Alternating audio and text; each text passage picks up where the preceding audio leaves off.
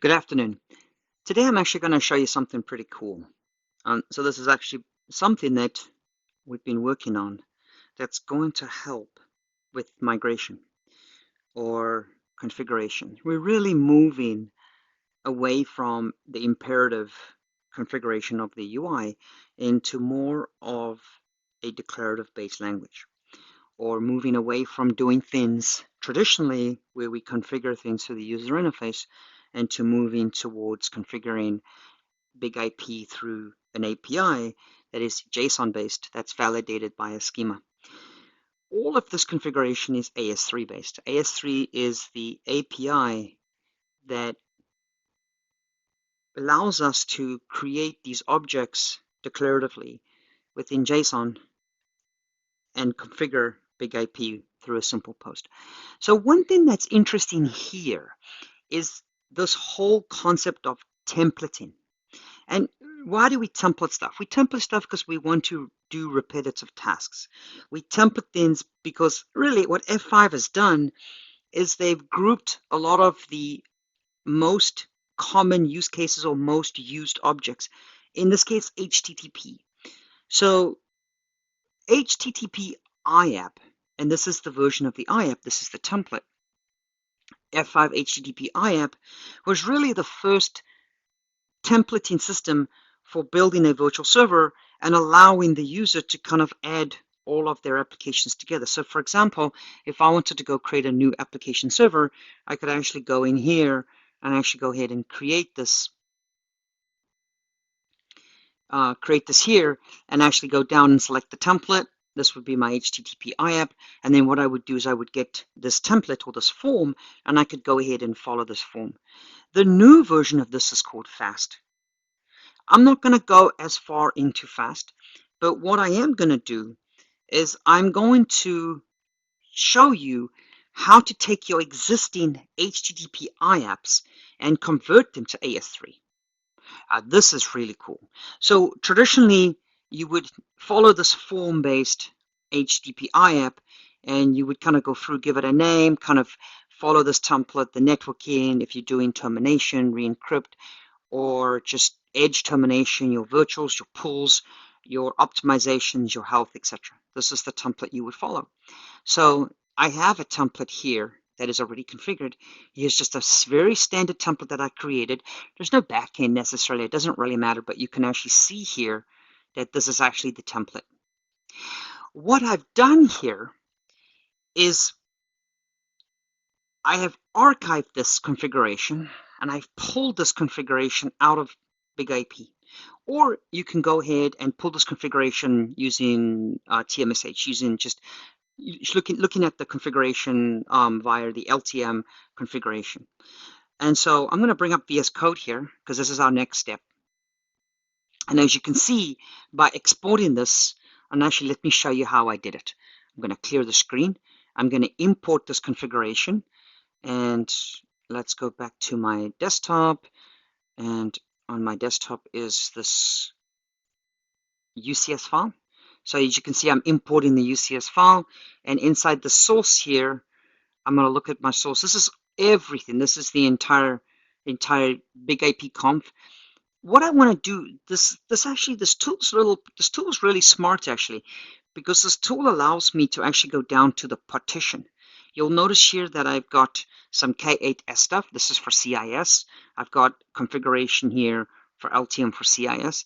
But what I'm actually doing is I want to pull this configuration out of common. I specifically put it in common. I could have created another partition.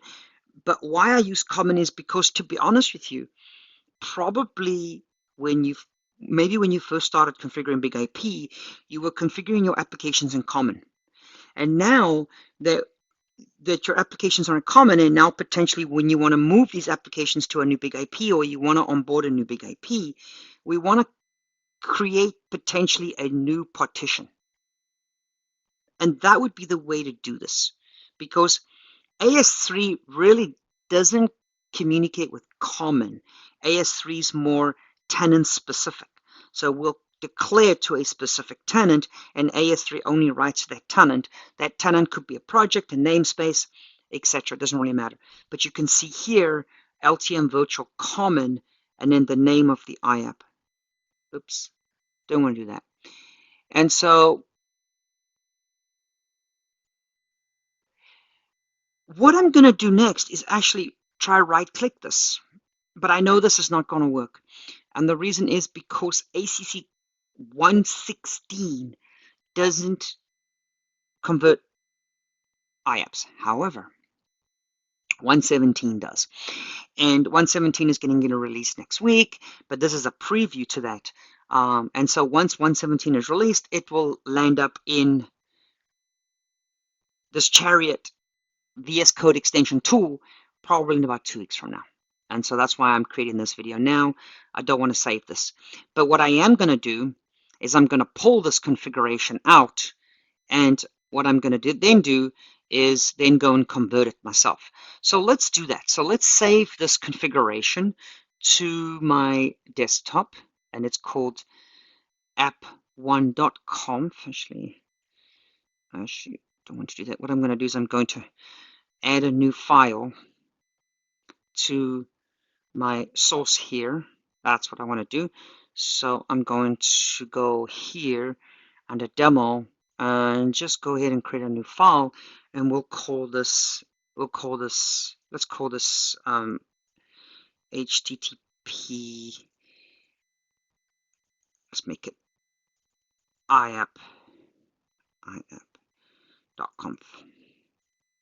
Okay, and what we'll do is I'm just copying this over.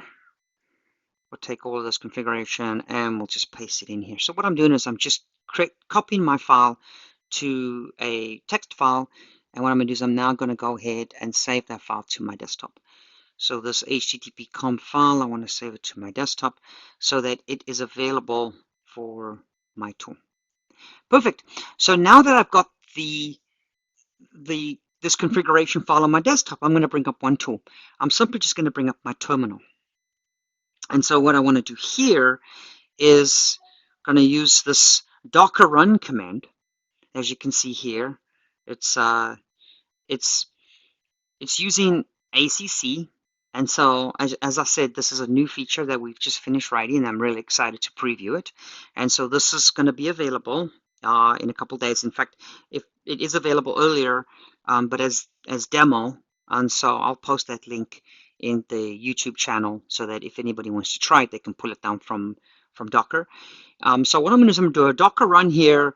I'm going to use this Docker image of ACC convert, which is similar built in to VS Code, but this is actually just the Docker image of it. And what I have here is I'm going to output this as iAPP.json. It's going to be my output. And my input is going to be this file, which I just created, which is called http-iapp.conf. And so that's going to be my input. And we went ahead and ran that, and that finished. And what it did here is it found 11 big IP objects. 9 of those big IP objects were recognized. Some of them were unrecognized. There might have been some stuff in there. And now I have that configuration that I'm going to drag into the window here. So let's pull this in. Aha. So let's take a look what happened. So I have a big IP configuration that included HTTP iAPP templates, and that were configured as virtual servers. What I did was I archived that, or I pulled the configuration out of the box, out of the big IP. I loaded that into VS Code as a UCS file, which opened it up for me nicely using the VS Code extension. VS Code extension is this VS Code extension here. And so now what I can do is I can actually look at this file. Let me close this out so I got full view. I can actually look at this file in JSON.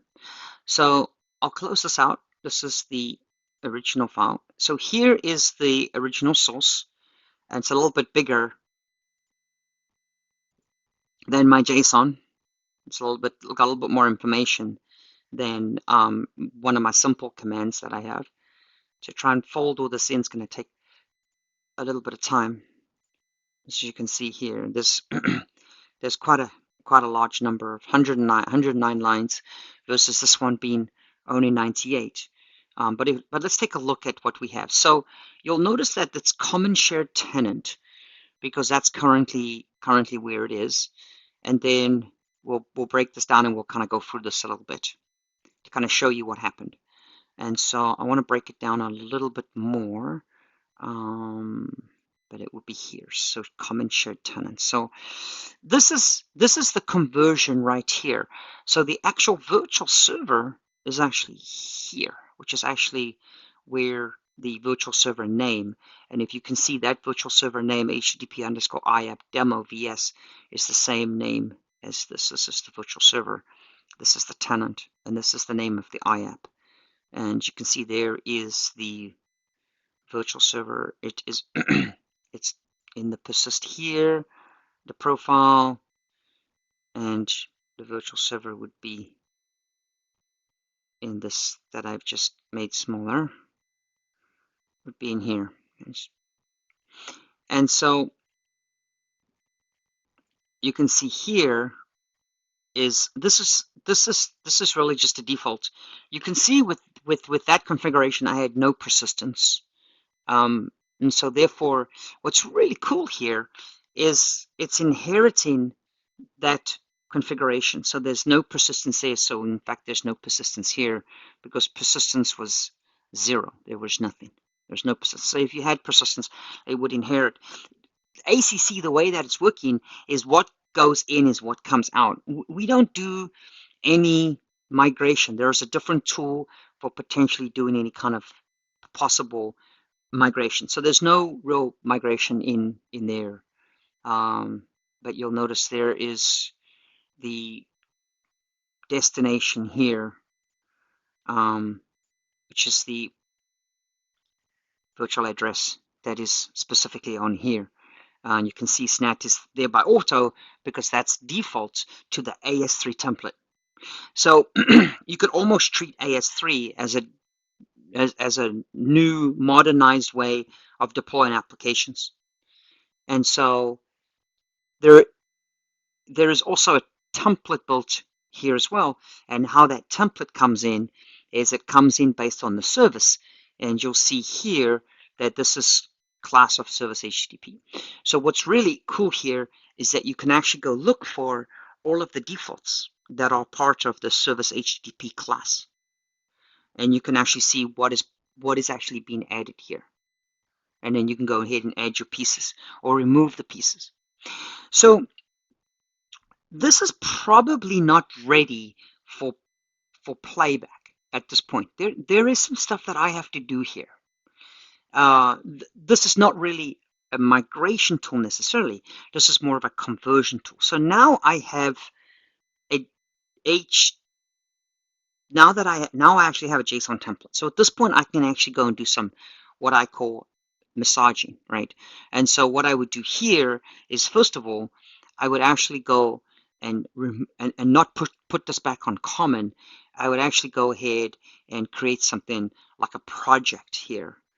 So let's go ahead and maybe say DC1 dash, maybe it's an HTTP project, and maybe it's called something, some kind of Christmas project. I don't know, it could be anything. So that's the name of the tenant or the partition that it would be called. Or if I just really wanted to keep this simple, I could just say http-demo. And this is the tenant that would get created. AS3 would create this tenant. This is going to be the name of the virtual. It's a shared tenant, which is fine.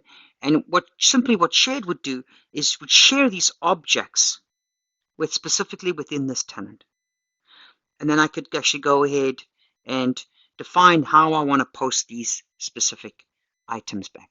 So as you can see here that the pools are part of this, but this is not going to work because I have changed this tenant. So this now needs to be here. Where are the pools? The pools in this instance are actually right here, HTTP demo.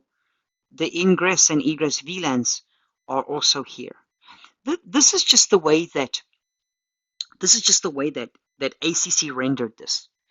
there are potentially ways that you can simplify this. In fact, you don't even need to specify TCP profiles, right? Because it comes default with the HTTP service. So there are defaults here that is with this specific class application, and really what that is, what's most important here, is the specific service of HTTP, and that will dictate everything. So there's a couple things I can remove here. This I can remove. This I can remove. This pool member I need to define, but I don't have to define it like this. These two can be removed hypothetically because they can be used as defaults. This can actually be removed or simplified. So scrolling down to the pools, here's kind of a way that it defines the pools. You can see that the load balance method can be defined this way, or you can make these modifications. But remember, what's really important here is that this is inputting what was created by the iAPP. And so the goal here is to try and keep the configuration the same so that it follows your original iAPP creation. Maybe you do some modification and then you publish it to Big IP. So let's try something. I don't know if this is going to work, but what you can actually do, let's make this a little smaller here. This is the name of the app. So this is the name of the tenant. So let me connect to a demo Big IP. I'm going to use the code here. I'm connecting to a demo Big IP that's running AS3. Let me go back here. So I'm going back to my JSON. This is my JSON right here. And what I want to do here is I want to right click and I want to try and post this. Let's see what happens. I've honestly, let's see if it actually posts or not, or if it actually runs into a problem. If it doesn't post, it will throw an error, and it basically tells me that that this doesn't quite like it. So I can go back and take a look here and try and troubleshoot this a little bit more. That this profile ingress users contains some kind of object that it doesn't like, which could be. So I can go back here and say, okay, this is coming to this ingress and egress, and it it doesn't like it because it cannot find it. And so I have to go look for this profile. And so this profile is of demo.app, which should be here. And if it's not here, that's why, because it's default on the system. So here's the thing. This can actually be removed, and I'll actually show you. So let's retry that. And that does not need to be there because that is of a default. And let's try to see if this will work or if this will complain again. And this is basically the process. You have to kind of have a machine where you can stage and to actually build a configuration. So there we go, 200, okay, it was successful. So as you can see, what I did is I had an iAPP that was using HTTP. You don't really want to use the HTTP iAPP anymore, and the code has actually been deprecated. And so therefore, it's potentially reached its point of support where now it's become potentially unsupported. So now what you've done is we have the HTTP iAPP right here, but here we go. Here is a declaration that is actually posted to Big IP. And so you can actually see that this AS3 declaration. So let's go one step further. Let's jump back onto Big IP. And let's go and change to the tenant that I created. I created a tenant called iAPP. And there is my example. And you can actually go and take a look at your configuration in here. And so you can actually see what I've just done. So there is the initial configuration iAPP for that name. And if I go back to common, there was the original. There is the AS3 post. As you can see, they're somewhat similar there, which is actually kind of cool. And your pool members, in this case, you have 4 pool members right here, which are specified in common. So there's a little bit of massaging you can do. I cannot go into it too much detail, but if you require help, the best person to grab is one of your F5 sales engineers, or reach out to me. I can spend some time with you and we can kind of go through a little bit more detail, kind of what's going on here, but a little bit more about how the objects are rendered. So now that we've done that, let's go back into VS Code and let's take a look at VS Code. Let's connect back to this big AP. What you'll see now is you will see within VS Code there's an AS3 device here, and it's actually going to show me the tenant, because this is the tenant that I created, and so you can actually see it's actually here. But what I can actually do is I can actually expand that tenant. And so what I'm actually doing now is I'm getting all those defaults. And so this is the initial right here. It's the initial JSON. Here is, this is what I kind of copied over before when I inputted it. It could be actually that name JSON is here we go. This is actually what I did when I converted it. So we've got 3 here. So we've got the initial configuration, which was from the archive, which is what I opened up. Then here we have the configuration that was kind of created based on the conversion going from conf LTM configuration using ACC configuration. And now what we have, I have posted it to Big IP, and now we have all the defaults. So remember I told you about some of the TCP, and let's go and look for these profiles. So we should see some of these profiles in here.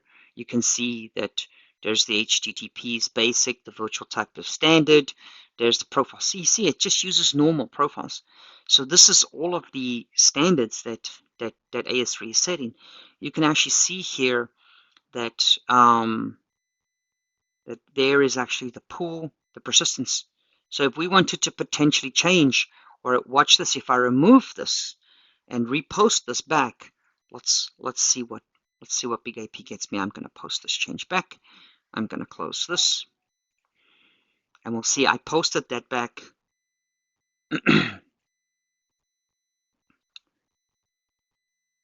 It's declarative. It's going to onboard in. I'm not sure why that posted.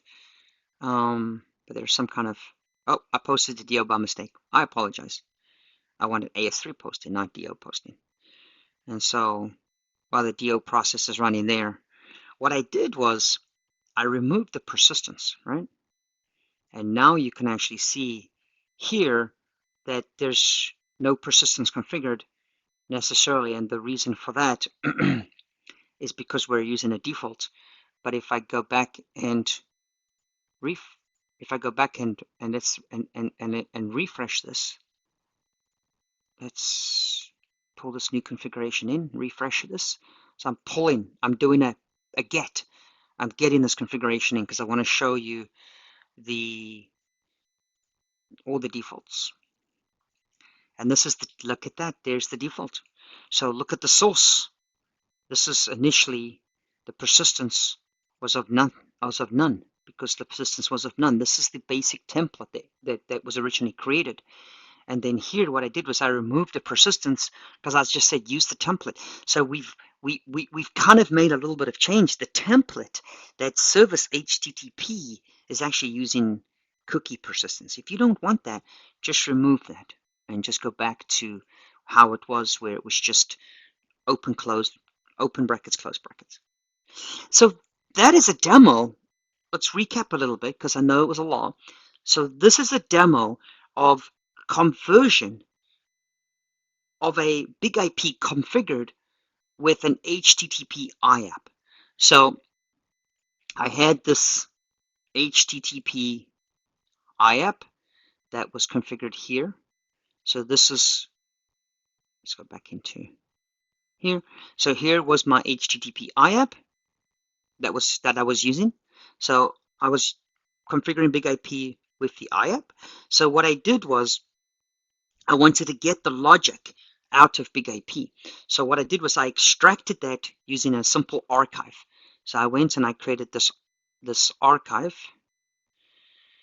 Where do I find the archives? There we go. There's my archives. So I created this archive right here, and then I downloaded the archive, And then what I did was I went into VS Code and I imported the archive, which is right here. I imported the archive, which gave me the original file, and it breaks them up. It actually breaks all the applications up into this partition. You can actually see here how it actually breaks them up quite nicely. If you want to see the whole entire big AP comp, it would be all here, but I just wanted to see the application. So it broke up the application. You groups the application. You can see it here. And then what I went and did is I used ACC 117, which is coming out in the middle of December 2021, to convert from LTM to an AS3 base. And that's where I got, let's close this out so give them a bit more real estate here. So that's where I got this base configuration here, this base. Then what I did was I made a few changes. So for example, I didn't post back to common. Using AS3 to post back to common is not best practice. The only thing that's posted to common is declarative onboarding, because that's more of an onboarding. So when we use AS3, we post to a new tenant. So what I did was I made some modifications and I posted back to HTTP demo. And once I posted it back, you can actually go back to Big AP and you can actually see the change of the new tenant. New tenant shows iAPP. And there is my demo app. And then I can continuously work now with AS3, and I can potentially remove those objects I can start to remove those iApps or remove those objects. Most likely what you're probably doing is you're probably posting the new application to a new big IP. So it might be exclusively declarative. So this would be maybe upgrading big IP, or maybe moving from on-prem to cloud, or cloud to on-prem, or one data center to the next data center, or maybe just cluster the big IPs, or something like that, where you're creating another cluster, for example. And then once I made the change, I posted it. I can see the configuration here by using VS Code extension, by simply just refreshing the configuration here with the AS3 objects. I can actually see it right here. You can actually see that there's one configuration here, and this can be expanded or not expanded. Expanded shows you all the defaults, or by default it does not. So you can kind of see the pool members here. If I want, you notice I'm using shared nodes. I can make modifications. If I want to add a new pool member, I can simply just add a pool member by just copying this and by putting a comma in here. It's just at this point I'm just manipulating JSON. So that's another pool member, and then just post it back.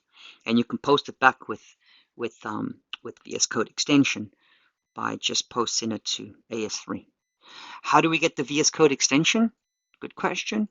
So go to the marketplace and search for F5, and you will find there is the ACC. This converts LTM to AS3, or converts LTM to declarative onboarding. And this tool here is the VS Code extension. As you can see right here, you can see more about it here. If you want to know more about ACC, you can find this on GitHub. You can open issues, etc., specifically for the AS3 configuration converter, or the auto toolchain, or the toolchain configuration converter. So that's the demo that I wanted to show you. I really appreciate it. I'll be creating lots more demos, hopefully demos every week, specifically helping you migrate away from HTTP iAPP to AS3 using AS3 fun features. I'm actually talking about creating a demo of AS3 best practices. I want to bring some specialists in. Maybe we'll create some video on that one. That'll be coming up in potentially the up and coming weeks. Thank you.